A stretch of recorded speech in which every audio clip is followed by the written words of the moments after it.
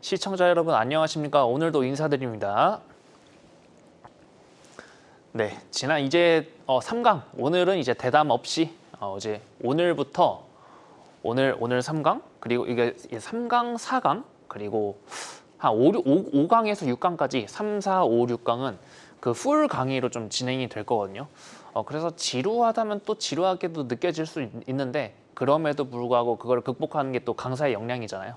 저의 역량으로 이 시간 1시간 정도 되는 시간 그냥 휙 지나가게끔 여러분이 그렇게 느끼시게끔 한번 해보도록 하겠습니다. 자, 지난 시간의 학습 내용 한 번 더 좀 살펴볼게요. 그래서 지난 시간에는 사실 좀 고백을 하자면 지난 시간에 이제 좀 여러 가지가 있었잖아요. 그 이제 따지는 방법들이 뭐 이제 방법론들이 여러 가지가 있었는데 사실 이제 첫 번째 방법론 하면서 다 얘기를 하려고 했거든요. 다 얘기를 하려고 했는데 시간이 너무 부족했어.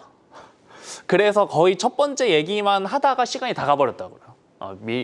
고백을 하자면 어쨌든 그랬습니다.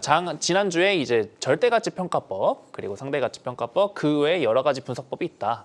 뭐 이렇게 한번 좀 따져봤습니다. 특히 이제 절대가치평가법, 뭐 DDM, 뭐 이제 RIM 그리고 상대가치평가법, 뭐 PER, PBR, PSR, 뭐 EV, EBITDA 그 외에 SOTP 뭐 그리고 뭐 제가 그 PPT에는 안 적었지만 이제 CAPM 모형이라든가 이제 블랙쇼울즈 모형이라든가 굉장히 많이 있다. 계속 말씀드리지만 정답이 있는 게 아니다. 어떤 거는 어떤 공식을 쓰고 어떤 건 어떤 공식을 쓰고 다 다른 거거든요. 정답이 있는 게 아닙니다. 그래서 지난주에 이거에 대해서 한번 살펴봤고요. 그리고 거기에 플러스로 이것도 되게 좀 후다닥 살펴봐서 이건 나중에 우리가 저에게 이제 시간이 조금 할애가 된다면 이 부분에 대해서 좀 더 깊이 있는 얘기를 좀 드릴 겁니다. 어쨌든 이 ROE에 대한 고찰이 필요하다. 특히 이제 이제 버핀 얘기도 하면서 이제 듀퐁 분석. 듀퐁 분석 얘기 이 두 가지 얘기를 했습니다. 듀퐁 분석은 특히나 듀퐁 분석은 뭐다고? 듀퐁 분석은 이제 똑같은 ROE를 이제 ROE 계정을 이제 세 개의 계정으로 분해를 해서 너 얼마나 남기니? 너 얼마나 많이 파니? 너 얼마나 레버리지를 땡기니? 그 세 가지 계정 과목으로 해당 그 산업 내지 그 종목 그 회사의 이제 이게 그 레벨들을 이게 이제 성분 함량표죠. 일종의 성분 함량표를 분석을 할 수가 있다. 좀 이런 거를 이런 거에 대한 종합적인 고찰이 필요하다라고 해서 여기까지 해서 이 두 가지 크게 한번 좀 얘기를 해봤습니다. 그래서 1강이랑 2강은 어떻게 보면 좀 말랑말랑한 얘기였을 수도 있어요. 물론 이제 조금 어려우셨을 수도 있겠지만 근데 이제 오늘부터는 여러분들 정신 똑바로 차리시고 지금부터는 이제 진짜 공부다운 공부를 할 때입니다. 지금부터 한번 시작을 해볼게요. 자, 그래서 이번 시간의 학습 목표 이거 2개입니다. 심플하죠. 이거 2개인데 심플하지만 심플하지 않을 수도 있는데 그럼에도 불구하고 제가 말씀드렸죠. 어려운 것도 지루한 것도 쉽고 이제 시간 가는 줄 모르게 만드는 게 그게 이제 강사의 역량입니다. 물론 이제 제가 이거는 첫 강의에서도 첫 오리엔테이드 강의에서도 말씀드렸지만 사실 쉬운 공부는 없어요. 공부는 쉬운 건 아니고 어렵게 해야 되는 건데 어렵게 하는 만큼 대신 그나마 그 안에서도 최대한 쉽게 저는 풀어드릴 거고 그래야 머릿속에 잘 남습니다. 그런 것들이 좀 축적이 돼야 머릿속에 잘 남지 쉽게 들어온 것들은 쉽게 나가요. 한번 그러면 가보겠습니다. 자, 한 번 더. 이건 이제 매주 제가 말씀을 드릴 겁니다. 해당 강의는 중급자용 강의입니다. 특히나 오늘은 더더욱 그렇습니다. 그렇기 때문에 초급자는 초급 내용 선행이 필수입니다. 이거에 대해서 제가 이따가도 이제 관련 내용들이 나올 거예요. 주식 투자의 기본 그리고 재무제표 보는 법 이런 것들은 미리 좀 선행 학습을 해주세요. 미리 지금 늦지 않았습니다. 선행 학습 해주시기 바랍니다. 그래서 초급 내용이 혹시 필요하신 분들은 제가 이제 별도의 강의를 하나 또 찍었으니까 그 강의 내용 참고해 주시면 되겠습니다. 해당 강의는 중급자용 강의입니다. 절대 초보자 줄인이용 강의가 아니에요. 자, 한 번 더 또 이것도 지난주에 이어서 또 갖고 와봤습니다. 주식에는 가격표가 붙어있지 않다. 이건 매주 저는 강조 드릴 겁니다. 주식에는 가격표가 붙어있지 않으니까 그 가격을 우리가 매기는 겁니다. 우리가 우리의 방법대로 매기는 건데 처음에 여러분들이 매기는 방법을 모르시니까 제가 방법을 가르쳐 드리면서 그 방법에 여러분들이 스스로 대입을 해보면서 여러분들이 스스로 주식의 가격을 매기시는 거예요. 그래서 우리가 원하는 거는 오늘의 주가가 아니라 내일의 주가다. 그리고 즉 내일의 전망이랑 숫자가 내일의 주가를 결정하는 키 팩터다. 이거는 계속 강조드릴 겁니다. 공식을 가르쳐주는 건 제 몫이에요. 강사의 몫입니다. 하지만 가르쳐준 공식을 실제 시험장에 들어가서 이걸 어떻게 대입을 하지, 어떻게 써먹지 하는 거는 이거는 온전히 학생의 몫입니다. 그래서 어차피 근데 이제 수능이랑 다른 거는 수능은 정답이 있잖아요. 수학 문제 풀면 정답이 있잖아요. 1, 2, 3, 4, 5번 중에. 근데 이거는 주식은 정답이 없으니까 이게 가장 큰 차이점이자 여러분들의 마음을 한결 가볍게 할 수 있는 그런 포인트일 거예요. 어차피 정답 없다. 가격표가 붙어있지도 않아서 가격표 우리가 붙여야 되고 정답도 없고. 그러니까 공식에 본인이 직접 숫자를 대입해서 직접 가치평가를 해보는 게 이 강의의 목표라고 저는 3주째 지금 강조드리고 있습니다. 그래서 어떤 공식에 어떤 숫자를 어떻게 대입할지 직접 한번 찾아가 보자. 좀 이렇게 말씀드리면서 지난주에 드렸던 말씀 한 번 더 드리면서 자 이제 본격적으로 강의를 시작해 보도록 하겠습니다. 자, DDM 디비던드 디스카운트 모델 벌써부터 영어 나오고 난리 났습니다. 아 어렵다. 가치평가의 시작입니다. 자 이게 왜 시작이라고 하는지 제가 말씀드릴 겁니다. 벌써부터 이제 시작됐습니다. 처음에 DDM부터 우리 한번 시작을 해보겠습니다. 자, 제가 지난주에도 말씀드렸어요. 지난주에도 말씀드렸는데 이 PPT 갖고 이제 제대로 한번 그 자료를 만들어서 갖고 와봤는데요. 자, 좀 농담같이 들릴 수도 있다고 제가 지난주에도 말씀드렸는데 보세요. 이게 보이시나요? 이분 성함? 이분 성함이 진짜로 존 버 윌리엄스 교수님입니다. 성함이 존 버십니다.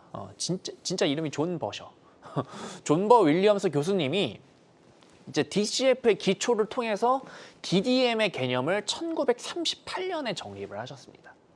그러면 그럼 DCF가 뭐냐? 이거에 대해서부터 알아야겠죠.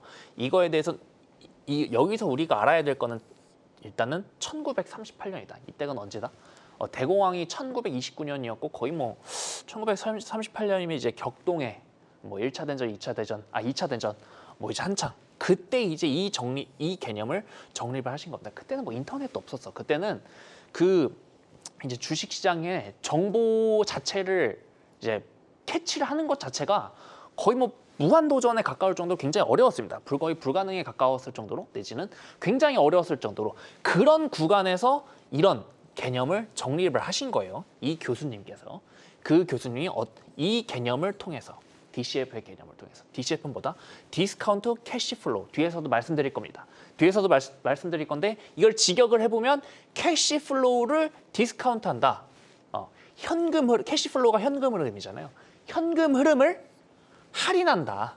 이 기초로 이제 DDM, 디비던드 디스카운트 모델. 디비던드가 뭐죠? 배당이죠. 디스카운트가 할인, 이 모델, 모형, 배당 할인 모형 내지 배당 할인 모델을 만드신 겁니다. 이 DCF의 기초를 통해서 이 존 버 윌리엄스라는 할아버지가요. 지금은 할아버지죠. 자, 그러면 우리가 가기 전에 우리는 이거부터 얘기를 해야 돼요. 화폐의 시간 가치. 벌써부터 되게 어려웠네. 그게 경영대나 경제학과 수업을 이제 들으면요. 이제 1학년 때 딱 들어가서 1학년 때 이제 이거 배우거든요. 1학년 2학기였나? 제 기억이 아마 그랬을 겁니다. 여기서부터 이제 경포자, 경영 내지 경제학과를 진학을 했는데 전공을 드랍하는 학생들이 여기서부터 속출합니다. 여기서부터 아니 이게 뭔 소리야. 근데 제가 아까도 말씀드렸지만 어려운 내용인 거 알아요. 알지만 제가 그래도 쉽게 설명을 해드릴 겁니다. 자, 화폐의 시간 가치. 타임 밸류 오브 머니. 이거를 줄여서 TVM이라고 하거든요. 자, 이 내용. 자, 그냥 이 용어는 어려워. 용어는 어려운데 이게 무슨 내용이냐면요. 자, 아유 맛있겠죠. 진짜 좋아하는데. 자, 00년대 분식집 라면은 제가 00년대면 초딩 때였거든요. 초딩 때였는데 그때 라면집 가면 그때 제 기억에 2,000원도 아니에요. 저희 동네는 한 라면 한 그릇에 1,500원? 그리고 슈퍼마켓은 아니지만 좀 옛날 말로 전빵이라고 하나요? 저희 동네는 좀 그런 게 그때도 있었거든요. 그래서 라면 하나 사들고 가면 거기 전방에 계신 할머니께서 그걸 그냥 끓여주시던 그런 곳도 있었거든요. 그런 시절에 분식집 라면이 그때 당시 2,000원이었어요. 그래서 그때 이제 김밥 1,000원, 분식집 라면 2,000원. 그래서 3,000원이면 하루 한 끼가 되고 이제 10,000원짜리 한 장 들고 가면 이제 아침, 점심, 저녁 라면이랑 김밥 안주를 먹을 수 있었던 그런 가격이었습니다. 근데 요즘에는 분식집 라면 얼마죠? 한 요 정도 받는 것 같습니다. 대부분이. 물론 이제 좀 지역의 차이도 있겠지만 한 기본 라면이 좀 비싼 곳은 5,000원까지 받는 것 같아요. 기본 라면이. 옛날에는 00년대 분식집에서 라면 먹을 때 5,000원을 내면 무슨 그때 이런 것도 짬뽕라면 이런 것도 없었지만 완전 초호화 라면을 먹었었거든요. 근데 요즘은 이제는 5,000원을 내야 기본 라면을 먹을 수 있더라. 그러면 이제 이게 20년이 지났잖아요. 그럼 또 이제 몇 년이 또 지나요. N년이 지납니다. 2023년, 2024년, 아니면 2030년, 2040년, 2050년, 2100년. 그때 이제 분식집 라면 값은 얼마일까? 2,000원으로 돌아갈까요? 아니겠죠. 그렇다고 5,000원이 그대로일까요? 그럼 행복하겠지만 현실적으로 그건 쉽지 않을 겁니다. 아마 이거보다는 가격이 좀 더 오르겠죠. 만 원, 설마 10,000원 가겠냐마는 10,000원 가면 이제 그 뉴스에서 나오겠죠. 드디어 라면 값이 10,000원이다. 예, 나오겠지만 그런 날이 한 2, 30년 안에는 오지 않을까. 저는 그렇게 생각합니다. 어쨌든 이제 향후에는 분식집 라면 값은 오를 수가 있다. 라면은 똑같은데 그거에 대한 가격이 계속 오르는 거죠. 그럼 하나 더 우리 생각을 해보자고. 2000년대 다시 준현이가 초딩 때로 돌아가서 초딩 때 1,000원짜리 이거 지폐 한 장이면 이거 2줄이지만 이거 한 줄 먹었습니다. 김밥 한 줄 먹었어요. 그래서 아까도 말씀드렸지만 3,000원이면 김밥 한 줄에 라면 한 그릇 이렇게 먹을 수 있었거든요. 근데 지금 1,000원짜리 한 장 들고 가잖아요. 그러면 편의점에서 요거 하나 사 먹을 수 있더라고. 김밥이 쿠키가 됐어요. 1,000원짜리 20년 전이나 지금이나 똑같은 1,000원짜리 한 장인데 그때는 1,000원짜리 갖고 가면 김밥 한 줄 줬었다면 지금은 쿠키 하나를 줍니다. 그러면 잠깐만. N년 뒤에 1,000원짜리 한 장 들고 가면 이제 뭘 줄 수 있을까? 뭘 줄까요? 그때는 이제 껌 하나 줄까요? 껌. 특정 상품 얘기하는 건 아니지만 좀 새콤하고 달콤한 그런 거 있잖아요. 그런 거 줄까요? 여기선 말씀드렸지만 라면은 이때도 라면이고 이때도 라면입니다. 똑같은 라면이에요. 하지만 가격 계속 오릅니다. 1,000원은 이때도 1,000원이고 이때도 1,000원이고 같은 1,000원이에요. 근데 1,000원으로 바꿀 수 있는 물건이 바꿀 수 있는 재화가 바뀌고 있죠. 재화의 가치가 떨어진다고 해야 되나요? 좀 떨어지고 있습니다. 이제 여기서 슬슬 다들 좀 눈치를 채셨을 거예요. 화폐의 시간 가치란 개념이 어떤 개념인지 이제 좀 눈치를 채셨을 수도 있습니다. 그래서 2020년에 1,000원이 예를 들어서 2040년이라고 칩시다. 1,000원이 같은데 같지 않죠. 같은데 같지가 않습니다. 같은 1,000원인데 같은 1,000원이 아니다. 이제 느낌 오시죠? 대충 이제 느낌 오실 겁니다. 오늘 준현이가 어떤 얘기를 할 것인지. 제가 이 얘기를 왜 이렇게 거창하게 하느냐. 여기서부터 이제 현대 재무학이라고 해야 될까요? 현대 재무학이 여기서부터 모든 게 시작이 된다고 보면 되거든요. 지금 말씀드린 거는 대학교 1학년 때 배우는 그런 내용들입니다. 그런 거를 제가 여러분들께 말씀드리는 거예요. 자, 그러면 자 이제 한번 자 수학을 포기하신 분들도 그래도 겁먹지 마세요. 제가 쉽게 해드릴 테니까. 자, 그럼 화폐 가치 얼만큼 늘어날까 우리 한번 계산을 해보자고. 자, 예를 들어서 제가 올해 1,000원입니다. 올해 1,000원이면 이 1,000원은 내년에는 어떻게 될까요? 내년의 가치는 어떻게 될까요? 한 1,000원 그대로면 좋을 텐데 여기에 가치가 좀 더 붙겠죠. 가치가 좀 더 붙겠죠. 얼만큼 붙을까요? 얼만큼 붙을까요? 보통 여기서 나오는 개념이 보통 인플레이션의 개념입니다. 물가 상승률만큼 오르거나 내지는 이자율만큼 오르거나 뭐 등등 그런 율에 대해서 그런 R이라고 할게요. 그거만큼 오릅니다. 그래서 2024년에 1,000원은 여기다가 곱하기 1 더하기 R%를 해야 돼요. 예를 들어서 한 올해 물가 상승 예를 들어서 올해 물가 상승률이 한 5%라고 칩시다. 그러면 2024년에 1,000원은 1,000원 곱하기 5%니까 1.05겠죠. 이거를 100분위로 환산을 하면 1.05겠죠.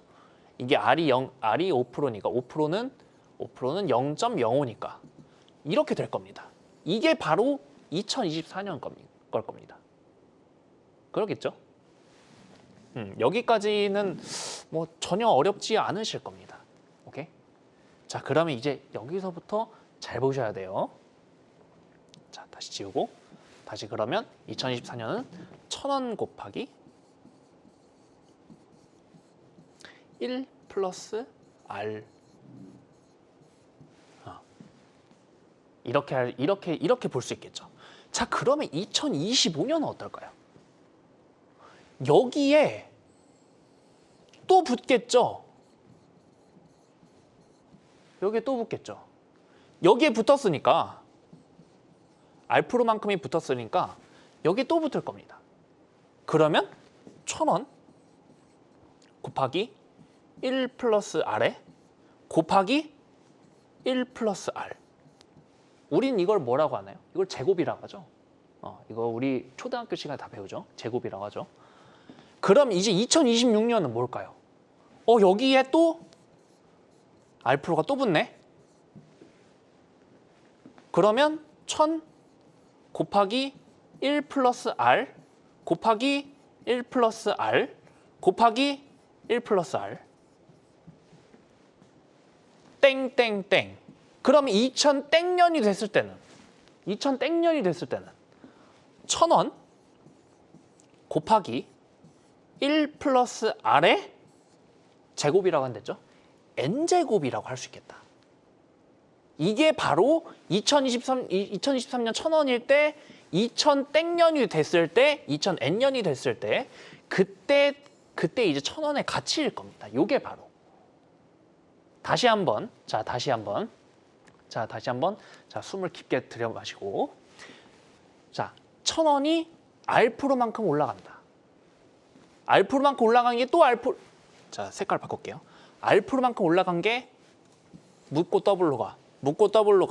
또 묻고 더블로 가. 이렇게 가다 보면 N승이 되더라. 요게 바로 1,000원이 미래로 갔을 때 이런 가격이 되더라. 이거를 공식으로는 이렇게 벌써부터 어렵다? 노 어려운 거 아닙니다. 자, FB는 퓨처 밸류고 PV는 이제 프레젠트 밸류. 이게 퓨처가 이제 미래잖아요. 미래 가치는 프레젠트 밸류. 현재 가치 곱하기 이거 I가 뭐 아까 R이나 뭐 A나 B나 다 똑같은 거죠. 뭐 이거를 뭐 굳이 인터레스트 레이트라고도 얘기할 수 있지만 어쨌든 여기에다가 이제 퍼센트 그 몇 프로씩 올라가는지 그거에 해당하는 수 그리고 N제곱. 이게 바로 화폐의 시간 가치더라. 다시 한번 FV 즉 future value 미래의 가치는 PV present value 곱하기 1 플러스 R에 1 플러스 I든 1 플러스 R이든 여기에 n제곱이더라. 돌아가 볼까요? 자, 미래의 1000원은 자, 이게 바로 이게 퓨처 밸류죠. 이게 퓨처 밸류죠. 요거는 프레젠트 밸류죠. 왜냐하면 여기 있으니까. 이거니까. 프레젠트 밸류 플러스 1 플러스 r. 여기 i가 됐겠죠, 이제. i든 r이든 상관없습니다. 어차피 변수니까. 어차피 바뀌는 값이니까. 그리고 거기에 n제곱. 그걸 이제 도식화하면 이거더라. 이게 바로 화폐의 시간 가치더라. 여기까지 따라오셨으면 이미 여러분들은 대학교 학부생 1학년 수준은 이미 끝내신 거예요. 여기서 제가 아까도 말씀드렸지만 여기서 포기하는 학생들이 굉장히 많이 속출합니다. 여기까지 따라오신 분들은 미리 박수를 드립니다. 되게 잘하셨습니다. 잘 따라오셨습니다. 자, 그래서 이거를 이제 도형화 시키면 이렇게 됩니다. 잠깐만요. 인터레스트 레이트 이자율이 왜 올라가나요? 요거의 높이랑 요거의 높이가 얘가 올라갔으면 좀 더 올라가고 좀 더 올라가죠. 왜일까요? 왜일까? 왜 이게 조금씩 더 올라가지? 이게 왜 조금씩 더 올라가죠? 왜 조금씩 더 올라가죠? 자, 뭐 그냥 간단하게 2 곱하기 2는 몇입니까? 4죠? 2 곱하기 2 곱하기 2는 8이죠? 2의 4승. 2 곱하기 2 곱하기 2 곱하기 2. 2의 4승은 몇이죠? 16이죠? 2의 5승은 32죠? 자, 이만큼은 4 올라갔죠? 4만큼 증가했는데 이만큼은 8만큼 증가하고 이만큼은 16만큼 증가하니까 증가하는 폭이 더 크네? 증가하는 폭이 더 크네? 그거를 반영을 한 겁니다. 왜? 제곱을 하는 숫자가 1보다 크기 때문에. 자, 이거에 대해서는 이제 수학 시간이니까 여기까지만 할게요. 제곱하는 수가 제곱에 해당한 요 제곱수가 1보다 크기 때문에 제곱을 하면 할수록 요 크기들은 더 커지는 겁니다. 그거를 그냥 도식화한 거예요. 어쨌든 뭐다? 퓨처 밸류는 프레젠트 밸류에 곱하기 1 플러스 r의 n제곱이다. 이것만 알아가시면 됩니다. 이것만. 자, 그러면 우리는 지금까지 이제 화폐의 미래 가치를 계산을 했잖아요. 화폐의 미래 가치 다시 한번 말씀드리지만 퓨처 밸류, 화폐의 미래 가치, 퓨처 밸류에 대해서 우리 한번 도출을 해봤어. 퓨처 밸류는 프레젠트 밸류에서부터 시작을 한다. 자, 그러면 생각을 해보자고. 2 곱하기 5는 몇입니까? 10이죠? 그러면 10 나누기 2는 몇입니까? 5죠?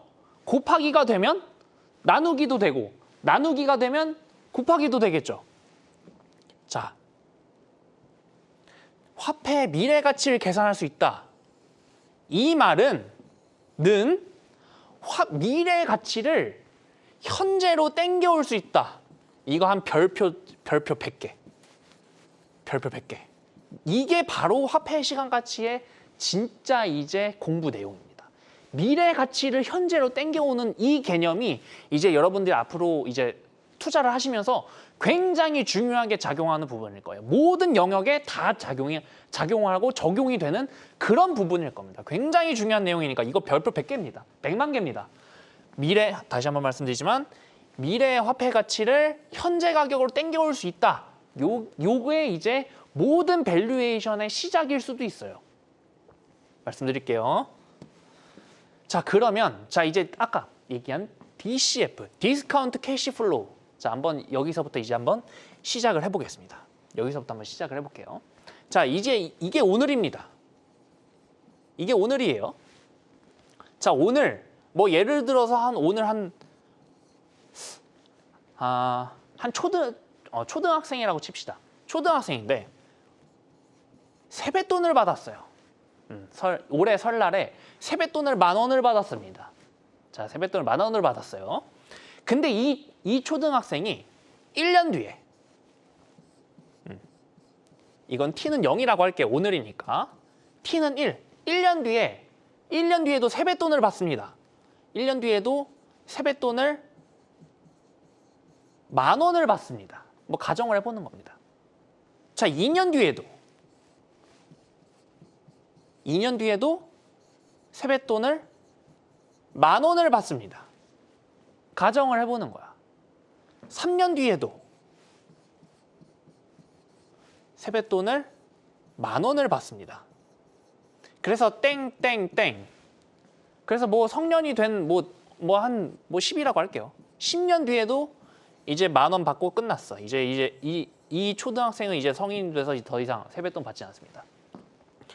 자, 그러면 우리가 가만 생각을 해보자. 가만 생각을 해볼게요.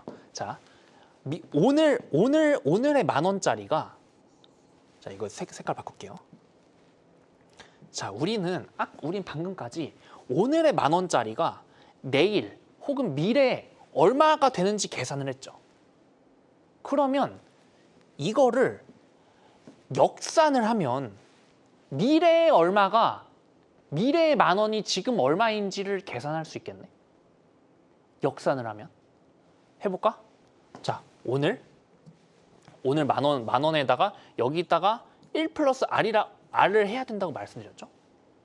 그러면 이게 이제 10,000원 곱하기 1 플러스 R이 됩니다. 근데 이걸 역산을 하려면 어떻게 해야 돼요? 1 플러스 R을 나누면 되겠죠. 그러면 이 미래의 10,000원의 1 플러스 R이 현재 가격으로 돌아오겠죠. 역산을 하면 됩니다. 1 플러스 R로 나눠주면 됩니다. 나누기를 하면 돼요. 오케이? 나누기를 하면 됩니다. 자, 그럼 이제 이걸 지우고, 자, 이걸 지우고, 자, 이제 본격적으로 한번 해보겠습니다. 자, 그러면 이때도 10,000원 받네. 근데 제가 말씀드렸죠. 1 플러스 R을 이거를, 자, 파란색으로 할게요. 이거를 1 플러스 R로 나누면 되겠고요. 내년에 받을 세뱃돈은 1 플러스 R. 뭐 그냥 5%로 하면 돼. 5%, 물가 상승률 5%라면 5%일 거고. 자, 그럼 2년 뒤에 받을 세뱃돈은, 이거는 몇 번 나눠야죠? 이거는 1 플러스 R을 2번 나눠야겠죠. 왜? 2년 뒤에 거는 1 플러스 R을 2번 곱하니까 2년 뒤에 거를 지금을 땡겨오면 1 플러스 R을 2번 나눠야죠. 역시나 여기서 제곱이 들어갑니다. 자, 3년 뒤에 세뱃돈은요. 1 플러스 R을 3번 곱하겠죠. 자, 10년 뒤에 10,000원이라는 세뱃돈은요. 10년 뒤에 10,000원은 1 플러스 R을 10년 곱하겠죠.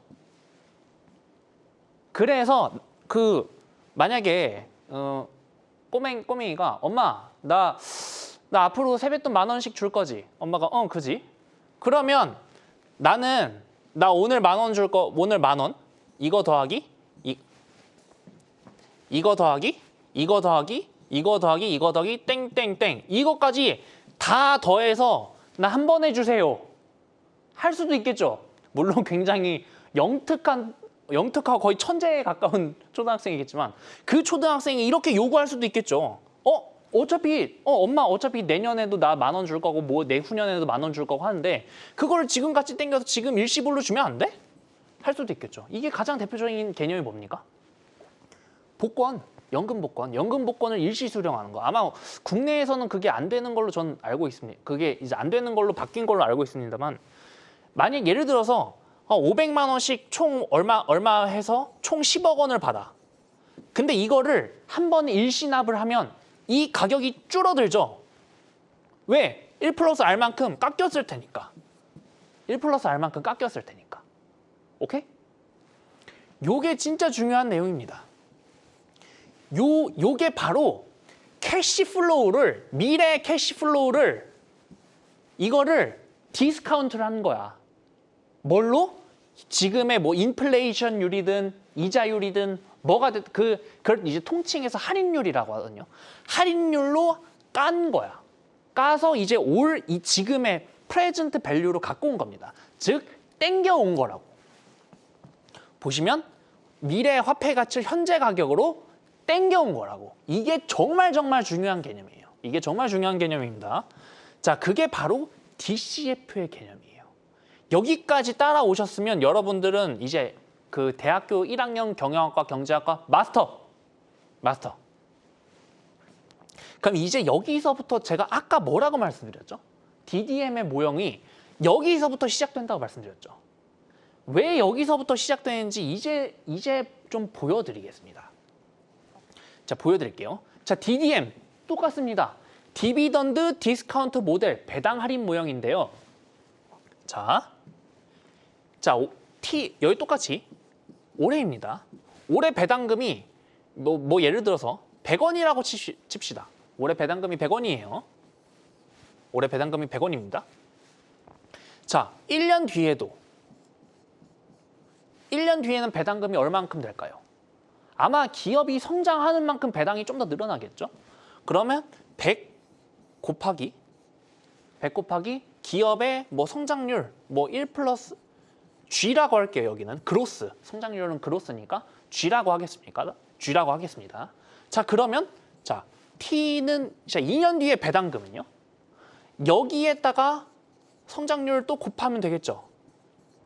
여기에 성장을 또 곱하면 100 곱하기 1 플러스 G 곱하기 1 플러스 G 이렇게 되겠죠. 땡땡땡 T는 뭐 예를 들어서 N이라고 칩시다. N년 후에는 100 곱하기 1 플러스 G의 N승이겠죠. 이제 여기 이게 똑같죠. 그로스. 이제 성장한 만큼 배당을 할 테니까. 성장한 만큼 배당금이 올라갈 테니까. 근데 이건 이제 이때 발생한 배당금이잖아. 이때 발생한 배당금들을 이제 어떻게 해야 된다? 지금 가격으로 땡겨와야 된다. 지금 가격으로 땡겨오려면 지금 가격으로 이렇게 땡겨오려면 여기서 성장률만큼 상승한, 성장률만큼 올라간 그런 배당금에다가 1 플러스 R을 나눠주면 된다. 여기는 1 플러스 R의 제곱을 나눠주면 된다. 여기는 1 플러스 R의 N제곱을 나눠주면 된다. 요거를 다 더하면 요것들을 100원, 얼마 요것들을 다 더하면 이게 이제 이 기업의 생애 주기 동안 이 기업에서 발생할 예상 배당금이잖아요. 예상 배당금. 이 생애 주기 동안 발생할 이 배당금의 총합이 이 회사의 밸류다. 이게 바로 DDM 모형의 핵심입니다. DDM 모형이 말하는 게 바로 이런 겁니다. 오케이? 자, 그래서 이거를 방금 이렇게 말씀드린 거를 이거를 하나의 공식화를 하면 이렇게 나와요. 자, 이거에 대해서는 이제 고등학교 수학책을 딱 펴면 이제 수열이 나옵니다. 수열. 등차 수열, 등비 수열 이런 게 나오는데 여기서 적용되는 건 이제 등비 수열의 합의 공식이거든요. 이건 이제 고등학교 수학의 정석을 딱 펴보시면 나옵니다. 여기까지 이게 지금은 수학 시간이 아니니까 이건 패스를 할게요. 어쨌든 이거를 공식화하면 이렇게 된다. P는 뭡니까? 프라이스는 아까 R이 뭐였죠? 뭐 아까 R, 뭐 인플레이션율, 뭐 이자율, 뭐 등등등 할인율의 일체라고 했죠. 자, 할인율이라고 이제 통칭을 할게요. 할인율에서 이거 성장률, 그로스, 그리고 D가 배당. 이게 주가. 주가는 배당금에서 할인율 빼기 G를 성장률을 나누면 되더라. 다시 한번. 주가는 배당금에서 할인율 빼기 성장률을 나누면 되더라. 요게 바로 이 DDM 모형의 공식입니다. 공식이에요, 공식. 이거 왜 마이너스예요? 이거 공식이니까 이거 찾아보시면 돼요. 찾아보시면 이게 왜 마이너스구나 나옵니다. 자, 그래서 아까도 말씀드렸지만 DDM은 향후 발생하는 배당금의 합, 배당금의 총량, 즉 배당금의 총량이 시가총액이다. 이게 바로 DDM의 개념입니다. 이게 바로 DDM의 개념이에요. 오케이? 자, 그러면 DDM의 조건이 있어요. 조건과 제가 한계에 대해서 이렇게 한번 갖고 와봤습니다. 자, 조건 방금 뭐라고? 이미 대전제가 주식은 영구 채권이랑 똑같다. 제가 지난 시간에도 말씀드렸죠. 여기서부터 시작합니다. 전제 조건이 이건 거야. 전제 조건에 대해서 태클을 거시면 안 돼요. 전제 조건에 대해서 태클을 거실 거면 이 DDM 모형이 의미가 없어지는 거야. 전제 조건에 대해서는 태클을 거시면 안 됩니다. 전제 조건은 전제 조건이니까 그냥 그대로 받아들이세요. 그래서 제가 말씀드렸지만 요 영구 채권이기 때문에 향후 발생하는 배당금의 총합을 이제 그 대전제 밑에서 이제 향후 발생한 배당금의 총합을 우리는 인지를 하는 거야. 자, 그렇게 대전제가 주식은 영구 채권이기 때문에 영구 채권이 뭐죠? 영구 채권이 이제 채권 발행하고 그거에 대해서 영구적으로 이자가 발생하는 그런 채권이죠. 주식도 똑같다. 주식은 제가 아까 말씀드렸죠. 1938년에 나온 개념이에요. 1938년에 나온 개념이라서 지금처럼 뭐 스캘핑, 단타 트레이딩 이런 거 그런 시대가 아니야. 그런 시대가 아니고 제가 이것도 그 초급 강의였던가요? 초급 강의에서도 말씀드렸지만 애초에 옛날 사람들은 주식을 진짜 5년, 10년 들고 갈 그런 생각을 하셨던 그런 분들이야. 그러니까 이런 가정과 전제 조건이 또 이해도 돼요. 어쨌든 주식의 가치는 뭐다? 향후 이 회사가 나에게 배당금을 주는 거, 그 배당금의 총합들이 바로 주식의 가치다. 채권이랑 똑같죠. 채권도 이 채권에서 발생한 이자가 이 채권의 총 가치다. 그거랑 똑같은 개념입니다. 그래서 조건이 있어요. 이 두 가지 굉장히 강력한 조건입니다. 자, 기업이 일정하게 성장을 해야 돼요. 아까 다시 돌아볼게요. 자, 기업이 일정하게 성장을 해야 됩니다. 성장을 해야 돼요. 성장을 해야 돼요. 이게 첫 번째 조건이에요. 일정하게 성장해야 돼요. G만큼. 일정하지 않으면 뭐 G 플러스 1이 됐든 G 마이너스 1이 됐든 뭐 루트 G가 됐든 이건 일정하지 않은 거잖아요. 일정하게 따박따박 일정하게 성장을 해야 된다는 거야. 이게 조건이야, 조건. 자, 그리고 두 번째, 그로 인한 기업의 배당금 역시도 일정하게 늘어나야 됩니다. 일정하게. 이게 바로 조건이야. 근데 이게 과연 현실적으로 가능한 것이냐? 이게 바로 DDM의 한계예요. 이게 바로 현실적으로 가능한 것이냐? 아니, 전 세계 어떤 기업이 오늘 10% 성장하고 내년 10% 성장하고 모레 10% 성장하고 이렇게 따박따박 성장할 수 있겠습니까? 한치의 오차도 없이 9.9%도 안 돼, 10.1%도 안 돼, 따박따박 10% 성장할 수 있는 회사가 어디 있겠어요? 말이 안 되죠. 똑같이 오늘 100원 올랐고 오늘 100원 배당 줬고 뭐 내후년 이만큼 주고 똑같이 따박따박 그렇게 올릴 수 있는 기업이 지구상에 어디가 있어? 그게 바로 DDM의 한계인 겁니다. 다시 한번 기업의 일정한 성장과 그로 인한 일정한 배당이 실질적으로 현실적으로 가능하냐? 불가능하다. 그럼에도 불구하고 DDM이 갖는 의의가 있어요. 의의가. 그럼에도 불구하고 당연히 부족한 점도 많고 하는 게 더 많아요. 하지만 그럼에도 불구하고 자산 가격 산정 모형에 대한 기초를 다진 이론이다. 아까도 말씀드렸지만 이 이론이 언제 나왔다고? 1938년에 나왔어요. 이미 1938년에 어떤 사람은 이거에 대해서 고민을 하고 있었다는 거야. 그게 바로 의의인 겁니다. 그래서 주가를 설명을 하는데 이 주가를 설명하는데 할인율, 성장률, 배당 이 세 개의 팩터로만 주가를 설명한 거야. 주가를 설명하는데 주가가 온 게 아니라 주가를 설명하는데 배당, 할인율, 성장률 이 세 개의 팩터로 주가를 설명한 겁니다. 이게 엄청 그때 당시엔 되게 혁신적인 개념이었어요. 주가라는 변수를 계산하려고 한 이 세 가지 팩터, 이 세 가지 상수를 통해서 변수가 아니죠. 상수죠. 이 세 가지 상수를 통해서 주가라는 변수를 계산하려고 했던 인류 최초의 시도였다. 우리 항상 인류 최초의 시도에 대해서 항상 의의를 두니까. 그게 바로 DDM이 갖는 의의입니다. 아유, 벌써 시간이 이렇게 많이 지났습니다. 할 게 아직도 많은데. 자, 하나만 더 하겠습니다.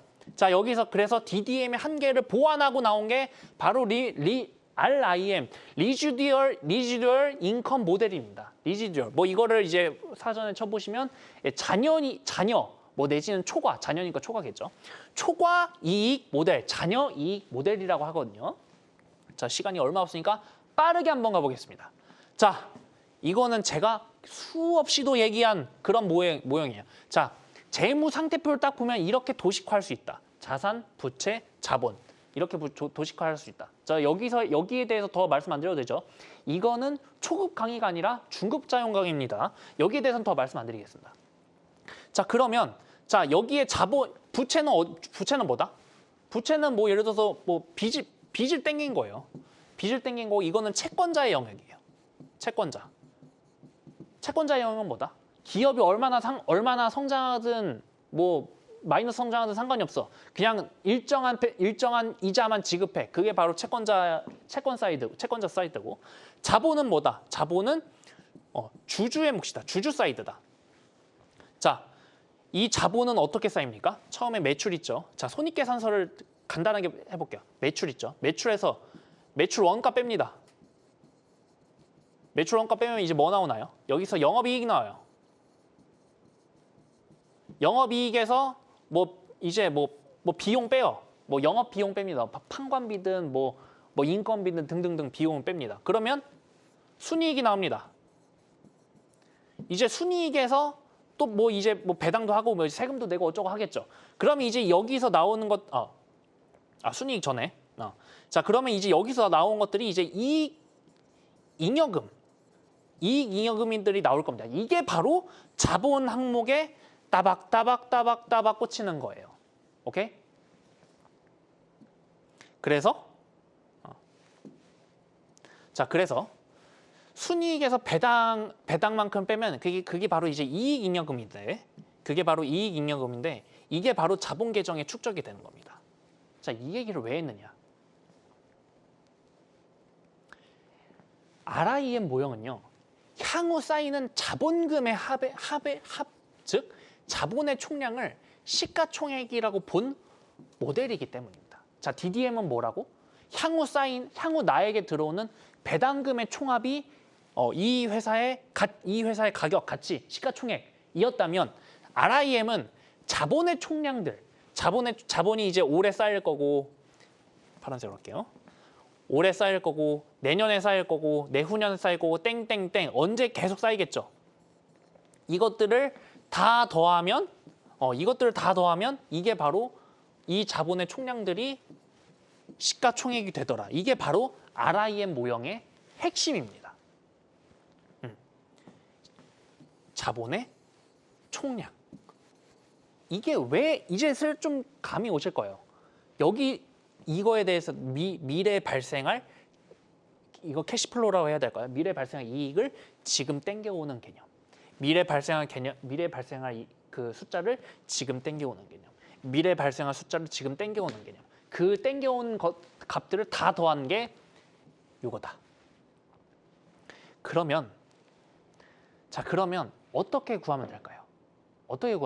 이것도 이제 그러면 공식이 아마 거의 대동소이하겠죠.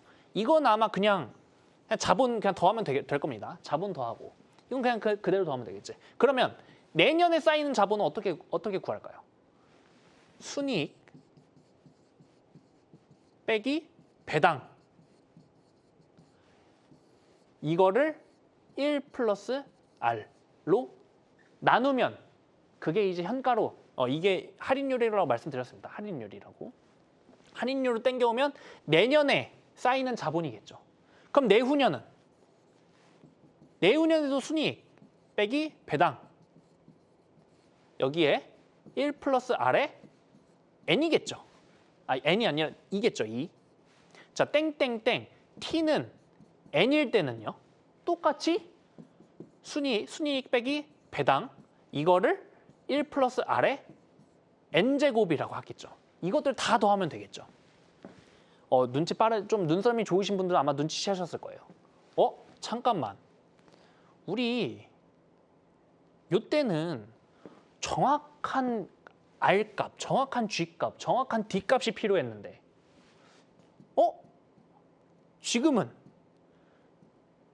정확한 R값, 정확한 G값, 정확한 D값이 필요가 없네? 왜? 내년에 쌓이는 순이익, 내년에 쌓이는 배당, 내후년에 쌓이는 순이익, 내후년에 쌓이는 배당, N년 뒤에 쌓이는 순이익, n년 뒤에 쌓이는 배당. 그럼 여기서는 변하지 않는 수는 r밖에 없네. 요 r밖에 변하지 않는 거지. 나머지는 다 변해도 다 그냥 그거 그대로 넣어서 계산을 하면 되는 거네. 이게 바로 RIM이 DDM에 비해서 개선하고 보완한 부분입니다. 그래서 RIM이 극복한 DDM의 한계는요. 자, 기업이 일정한 성장이 없어도 되더라. 아까도 말씀드렸지만 DDM은요. 기업이 일정하게 성장을 했어야 됐어요. 일정한 G값이 필요했다고. 그로 인한 일정한 배당금, 일정한 D값도 필요했고. 왜? 방금도 말씀드렸지만 N년 후에 이익이나 배당 모두 다르게 추정을 해도 되더라. 여기에 각각 다른 값을 넣어도 되더라. 여기에 각각 다른 값들을 넣어도 되더라. 이게 바로 여기서 한 단계 더 진화한 그런 개념입니다. 그럼 이제 연장이에요. 기업이 일정하게 배당을 할 필요 역시도 없어지더라. 왜? 배당 변수 외에 이익 변수가 새로 생겼기 때문에. 여기는 자 DDM을 보시면 분자에 배당밖에 없잖아요. DDM을 보시면 분자에 배당밖에 없습니다. 근데 RIM을 보시면요. 분자에 순이익이라는 녀석이 새로 생긴 거예요. 순이익이라는 녀석이 새로 생겼습니다. 그렇기 때문에 배당 변수 외에도 순이익, 이익이라는 변수가 새로 생겼기 때문에 물론 이제 배당도 없고 순이익도 없으면 0이겠죠. 분자가 0이면 이 값도 0이 되니까 그러면 의미가 없어집니다. 그러면 의미가 없어지겠지만 그거는 그때 가서 그건 다른 방법을 밸류에이션 하면 되고 적어도 이익 실현 그런 기업에 대해서는 이렇게 가치 평가를 하면 된다.